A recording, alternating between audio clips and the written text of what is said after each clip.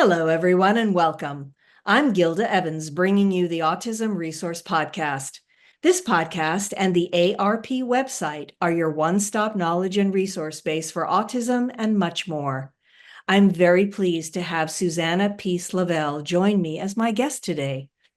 On her journey of navigating through the worry and heartbreak of raising a special needs child, Susanna found her true life calling to help other parents find and realize joy and passion in their own lives. She provides one-on-one coaching, workshops, and support groups for special needs families. Her book, Your True Self is Enough: Lessons Learned on My Journey Parenting a Child with Autism, was released in January 2024. Welcome, Susanna, and thank you so much for taking time to join me and discuss the work you do. Hi, Gilda. So good to see you. I'm so happy to be here. So, to begin with, your book can be described as part memoir, part guidebook. How did this format come about? Yeah. I started, just so you know, I started writing this book about 10 years ago, and I found it to be very sort of cathartic and therapeutic for me. I wanted to share my story, but I also was writing it because I felt like it was something that I needed myself when I was sort of in the early trenches of motherhood and first uncovering, one of the myriad diagnoses for Arizona, which happened to be autism spectrum disorder. And so I, wanted to, share my story. And I also wanted to be mindful at the same time of the people in my life and the loved ones in my life who I'm sharing the story about. So it started off honestly as like a big, big, big, big dump, like the kitchen sink. I put everything in there. It was, again, very therapeutic for me. And it was like 350 pages, like off the charts. Then over time, I took breaks, writing the book. It became emotional at times, or, life happens, as you know. And as my daughter, Arizona, got older, she had, thoughts and ideas and opinions about me sharing my story about her and me sharing my story, parenting her, raising her. And so she said, "You know what, Mama, I'm not really sure I feel so comfortable with my information out there."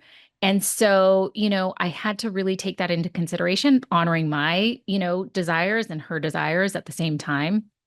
And I just sort of whittle it down to more sort of anecdotal. And then I added in sort of, the guidebook part of it, which was, my truth corners at the end of each chapter of like what I wish that I knew then that I know now. And not everything is going to be a tip or, piece of advice that will fit everybody's situation, but I just wanted to be able to put something out there that might be able to touch somebody and be able to help someone. So, and it's a much shorter read now. So I know my audience. We don't have tons and tons of time to read a 300 plus page tome. So it's just a little over 110 pages, and it's my little gift to my community. I love that. So now, tell me about your self-proclaimed obsession with motherhood. You talk about your desire to be a mother as being a lifelong dream. So what was the vision that you had for yourself? Oh, yes, this is fun. So, well, I don't know. I mean, I grew up in a big family. There were five of us siblings. My dad is one of 13. I just felt surrounded by family, and I loved the feeling of family. And so I just knew early, early on, very intuitively, that I was just going to be a mama, and I couldn't wait to be a mom.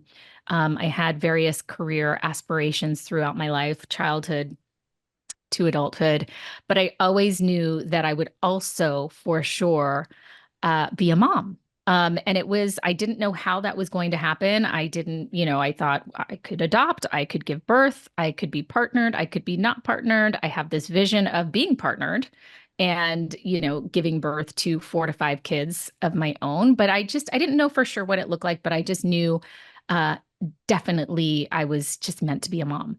And so the vision I had, again, was having multiple kids because that's how I was raised. And I just thought, oh, this is so fun and supportive. And we can go on road trips together and do sporting events together and blah, blah, blah.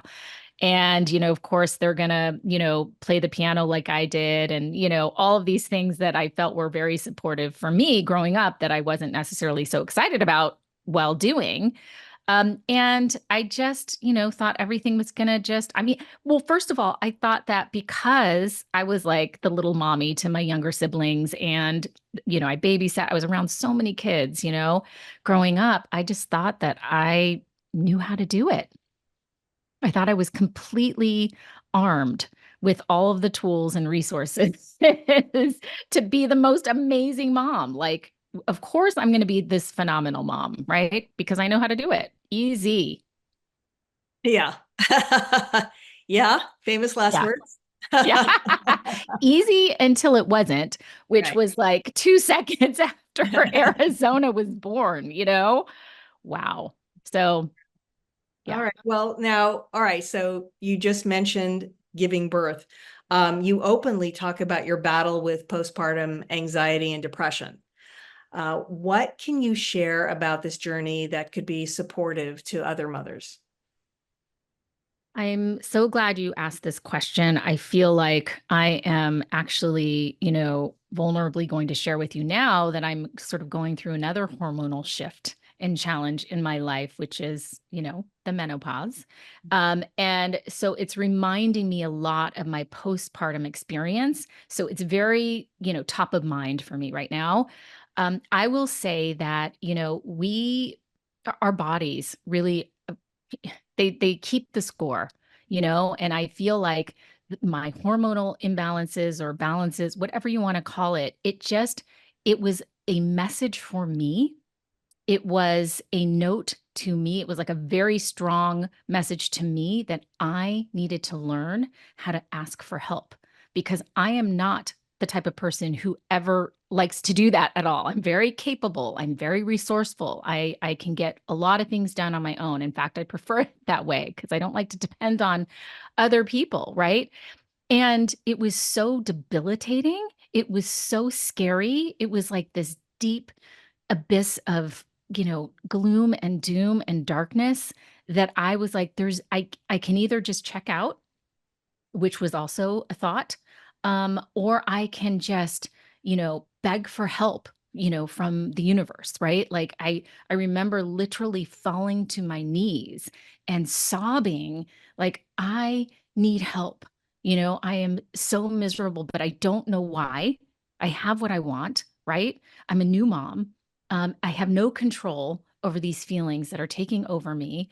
And what was really, really, really scary was that I was so anxious that I couldn't fall asleep, like at all, like could not sleep a wink. Every time I tried to settle, my heart would start racing, and it just kept me up for a couple of weeks. And that's when, I just sort of plummeted um, into my depression. And so I feel like, if there's something that I can share with others, it's to, reach out to whoever you think might be able to listen to you with a sympathetic ear. I didn't know many moms back then, meaning I was like the first of my girlfriends to have kids. And so I just started talking to whoever I could think of, like the mom at the park. I'm like, how are you doing? And I realized that so many of us don't want to share. Um, these feelings and these dark feelings because we feel, shame around it or that we'll be judged because, again, I wanted so badly to be a mom. And it's like I had people around me trying to get pregnant and dealing with infertility. And it's like, how could I not be so grateful? So I just started speaking up and sharing vulnerably with the people that were, around me. And that just sort of opened the doors to support, by the way, which took a long time for me to find, but it was a roller coaster ride for sure. And yeah, asking for help, receiving help, that was, necessary, absolutely non-negotiable. Oh, yeah. I know exactly what you're talking about because um, realizing that you need to reach out and reaching out to people. when you have that need is often something that we hesitate to do because we're not sure how we're going to be received. And thankfully, it's not changing fast enough, but the whole stigma around mental health is changing, and hopefully will continue to do so and pick up the momentum, because mental health is just as important as physical health. Oh, And yes. once that becomes generally accepted, I think there will be a general shift in the way these things are perceived and received, and in people's ability and not hesitating anymore to reach out when they need to. So Yes. hopefully that is going to be the case. So anyway, tell me, how did you come up with the title "Your True Self is Enough"? Yes. Well, I love this question. And as I was mentioning earlier before, my daughter Arizona was having some concerns about the book. And one of the things that, so I had an original title for this book that I was so connected with. It was going to be called A is for Arizona. Because my daughter Arizona happens to have so many diagnoses that all start with the letter A, including allergies and asthma and auditory processing, obviously autism spectrum disorder, ADHD, anxiety. And so I was like, no, A is not for all of these things. A is for Arizona. And she said, yeah, except for I don't want you to use my name. Uh, Right. So she said, and I said, okay, well, let's talk about it. And she was like, I'm just not comfortable with my name being in your book. It's going to be public property, essentially. Like I'm not interested in that. And so I really had to honor that. It was very hard for me because I was so like committed to this amazing title. And so I said, well, what would feel supportive for you then? She's like, well, how about I come up with the title, right? And I said, sure. And she said, how about why don't you just call me like Ariana in the book, and you can call the book A is for Ariana. And I was like, I'm so not connected to that. That doesn't make any sense to me. So then we finally came up with this idea that she would write the foreword of the book. And so she did.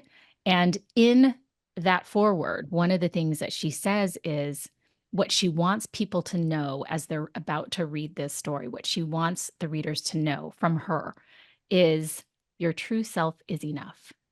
And I just thought, I mean, done. Done and done. And so just the fact that, we were able to go through this journey together around the title of the book, it's so indicative of this parallel journey that I'm on with Arizona.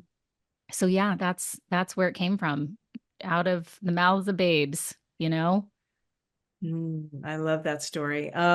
So what is one thing that you would especially like to share with other families like your own? Yeah, I think that for me, the journey has been this ongoing, I was so resistant in the beginning. I didn't even realize I was so resistant to, mothering a different type of child than what I had originally envisioned for myself. But what I would love for people to know and to really glean from my journey and my story is that, every situation, every circumstance, every, experience that we get to have in this lifetime is absolutely for us. And so I had to realize that, parenting in a way that I wasn't prepared for, in a very unexpected way, in a very extreme caregiving way, in my opinion and my experience, was actually, the opportunity for me to really like transform into this human being who has been able to really become so awakened to this life. I feel so grateful that I've had the opportunities to like really like be able to live in the moment and be so present in as many moments as I can be because of raising Arizona. Essentially, I feel like if she had been, this typically developing, whatever I had envisioned, sports star, straight A student, getting into Harvard, all of these things, right? then I would have just been probably so numb to life. Honestly, I feel like that I would just be sort of flowing, downstream with everyone else doing the same thing. And I was already getting caught up in that even when Arizona was so young. And I didn't realize what her needs were then. I'm like, oh, okay, which preschool do we need to get into? I mean, it was like, I feel like I would have just been a robot. And so now I'm not a robot. And it's been very hard and very challenging and so rewarding. And I'm so grateful. So everything is for us, it's for our growth, it's for our transformation, it is for our evolution, it's for our metamorphosis. It's for an opportunity for us to like really understand and dive into who we are authentically, intrinsically at our core, and to be able to express that. So that is what has been so beautiful for me in this journey, in the midst of the hard and the uncomfortable. Yeah, our journeys definitely, they're part of us. They are what make us who we are. And it's so funny you said Raising Arizona, and I flashed on. I think that's an old film, isn't It it? is It's called absolutely, Raising yes, yes, yes, yeah, totally. Arizona. I know, so great. So then I want to kind of round things off, finish up with this question. How would you best support a family who just received a disability diagnosis for a child? What additional advice would you offer to them? Yeah, this question comes up a lot actually, and I'm so grateful that I've been able to support so many families, right before a diagnosis, right when there's been some worry during a diagnosis, after the diagnosis. I just, I feel like, when we lean into our child, for exactly who they are, and just knowing that they are whole, they are complete, they are perfect. And so they are the same child right before that diagnosis was given as they are right after that diagnosis was given. And so I feel like if we, two things. Number one, for sure, we need to exercise and have so much compassion for our own selves as parents. Like, "Ah, I'm so worried. I'm so scared. I don't know what's going on. I feel isolated. This is the end of my life as I knew it," right? We have to have so much compassion for ourselves first. And then we're able to lean into and practice leaning into, wow, who is this child? Like, who are they? What brings them joy? What, what are their fun, things that they like to do, or what, who are they? Right. And so when you really get to look into your child's world, like through their eyes, literally like getting into their world, crawling into their world. I used to like get on the floor with Arizona and just like try to, eye contact was very challenging for her. It still is. And so I would literally like crawl on the ground and like stare up at her to try to get a fleeting glance from her, to just have a connection, like, who are you? I want to know. Share with me, and I will be here to help keep you safe. Oh, yeah, that is beautiful, Susanna. And this has been an absolutely wonderful conversation. And I just want to thank you so much for your time and for sharing your story with us today.